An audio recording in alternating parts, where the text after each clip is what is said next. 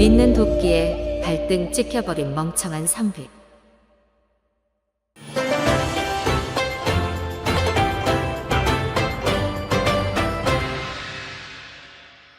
어떤 선비가 애월이라는 아름다운 첩을 두고 있었다. 그러던 어느 날 첩이 선비에게 청하였다. 나으리? 여름도 되었고 하니 고향에 잠시 다녀오면 안 될까요? 안 될 것 없지요. 누구 청인데 거절하겠소. 선비는 대범한 듯 겉으로는 다녀오라 하였지만 혹여나 호행하는 종이 첩을 겁간할 것이 걱정되어 어찌할까 고민을 하였다. 예월이의 미색이 이리도 고우니 어느 산에든 품고 싶은 마음이 생기지 않겠는고. 가장 어리석은 녀석을 딸려보내야 내 마음이 편할 것이야. 잠시 후 선비는 집안에 있는 사내종을 모두 불러 모아놓고 질문을 하였다. 너희들은 여자의 옥문이 어디에 있는지 알고 있느냐? 옥문이 어디 있는지 모르는 사내도 있던가. 호참, 질문 같은 질문을 해야 답을 하지. 선비의 말에 종들이 피식피식 웃으면서 대답하지 않고 있는데 어느 종이 냉큼 대답을 하는 것이었다. 그건 양미간에 있는 것이죠? 곱게 쭈그리고 있는 것이 그것입니다요. 그 종의 말에 여기저기에서 한바탕 웃음이 터지기 시작하니 선비 또한 그 종의 우둔함이 마음에 들어 크게 기뻐하며 생각했다. 이 녀석이면 되겠어. 남녀 사이의 음사를 전혀 모르는 듯하니 호행을 보낸다고 해도 별 일이야 일어나지 않을 테지. 이 종은 어려서부터 선비의 집에서 일한 꺽쇠 녀석으로 겉보기에 어리석어 보이나 속으로는 은큼한 데가 이루 말할 데가 없는 녀석이었다. 이 사실을 알 리 없는 선비는 꺽쇠에게 첩을 호행하게 하였다. 꺽쇠 내 녀석이 작은 아씨를 모시고 고향집에 좀 다녀와야겠다. 불편하지 않게 잘 모시고 조심히 다녀와야 하느니라. 일이라도 생기면 내 녀석 목숨도 무사하지 못할 것이야. 네. 여부가 있겠습니까요? 제 천한 목숨이 뭐가 중한디요. 이 한 목숨 바쳐서라도 작은 아씨를 보호하고 지킬 거구먼요. 걱정하지 마셔요. 그렇게 작은 아씨와 꺽쇠는 채비를 갖춰 길을 나섰다. 그렇게 한두어 시간을 쉼없이 걷다 보니 더운 여름 땡볕에 말도 지친 듯하고 꺽쇠도 힘겨워하는 모습에 작은 아씨가 말하였다. 조금만 가면 큰 냇가가 나오니 거기서 잠시 쉬어 가도록 하자꾸나. 하루를 꼬박 가야 하니 말에게도 물 좀 먹이도록 하거라. 네, 마님. 이윽고 냇가에 당구하니 꺽쇠는 말 한 장을 풀고 말에게 물을 먹이고선 이내 훌러덩 옷을 벗고 냇가에 풍덩하고 몸을 내던지는 것이었다. 아이고, 시원하구먼. 올여름은 왜 이리 더운 것인지 지는구만저. 그때였다. 나무 그늘에 앉아 땀을 식히던 아씨의 눈에 물장구를 치며 미역을 감는 꺽쇠의 두 다리 사이로 뭔가 묵직한 것이 덜렁덜렁거리고 있는 것이 보였다. 에그머니, 저 녀석이 왜 저러는 것이야? 멍청하다더니 부끄러움도 없는 모양이야. 연신 눈을 가리며 민망해하기는 하였으나 그 낯빛에 싫어하는 기색은 전혀 보이지 않았다.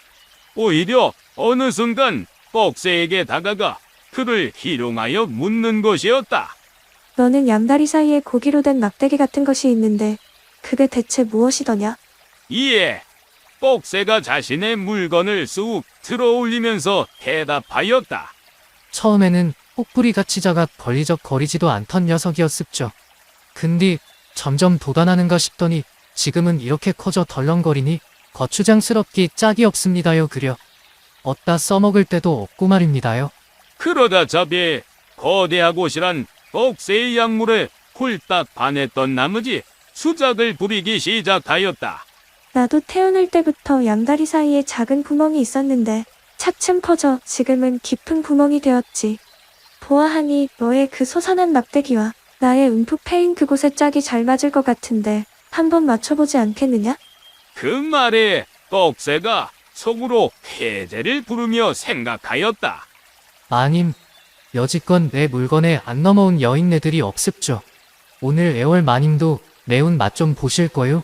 그러더니 해벌쭉 웃는 얼굴로 작은 아씨에게 말하였다. 그려요 그럼 짝이 맞는지 어디 한번 해봐요. 그렇게 그 둘은 서로의 물건에 짝을 맞추며 격렬하게 우누지락을 나누기 시작하였다. 한편 선비는 어리석은 종에게 첩을 호행하는 일을 맡기긴 하였으나 그래도 마음이 놓이지 않아 몰래 그들의 뒤를 밟고 있었다. 어느새 그들을 쫓아 산중턱에 이르렀을 때였다.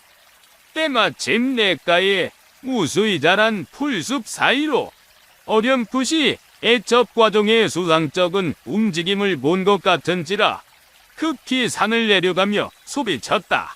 꺽쇠 내 이놈. 지금 무슨 짓을 하고 있는 것이냐? 내 이놈 거기 딱 있거라. 격렬하게 우누지락을 맛보고 있던 작은 아씨와 꺽쇠는 선비의 갑작스런 등장에 놀라 순간 어찌할 바를 몰랐으나 이내 꺽쇠가 손으로 아씨의 입을 살짝 틀어막더니 귓속말로 그녀를 진정시키기 시작하였다. 마님, 걱정하지 마시고 이놈만 믿으십시오.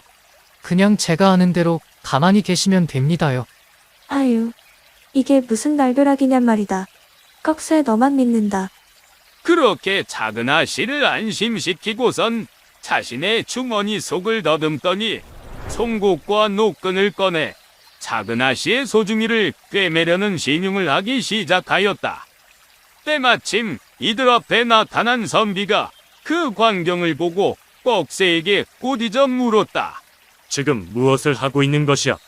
뭘 꿰매려 하는 것이냔 말이다. 그러자 꺽쇠가 해벌쭉 웃는 얼굴로 선비를 바라보며 천연덕스럽게 말하였다. 아씨 집에 가려면 이 개울을 건너야 하는데 깊이가 상당하지 뭡니까요?